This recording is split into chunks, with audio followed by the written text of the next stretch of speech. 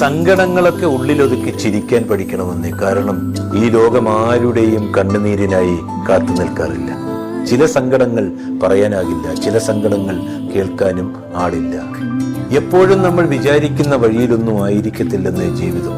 മനസ്സിനേക്കാൾ ഭാരമുള്ള അനുഭവങ്ങൾ എപ്പോഴെങ്കിലുമൊക്കെ കടന്നു വരാം. ഉള്ളിലെ വേദന മറച്ചു വെച്ചാലേ അതിന്റെ ഭാരമേ ഉള്ളൂ.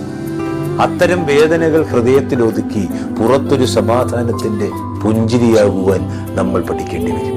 അതെല്ലാം സ്നേഹത്തിന്റെയും പ്രതീക്ഷയുടെയും ശക്തിയോടെ മാറ്റിമറിക്കുവാൻ കഴിഞ്ഞാൽ പിന്നെ നമ്മുടെ ചിരി ഒരു ഭാവനയല്ല, നമ്മുടെ മനസ്സിന്റെ ശക്തിയാണ്.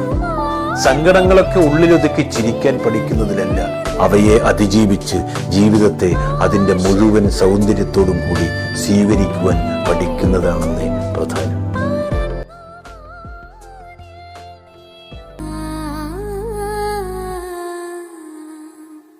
കുഞ്ഞു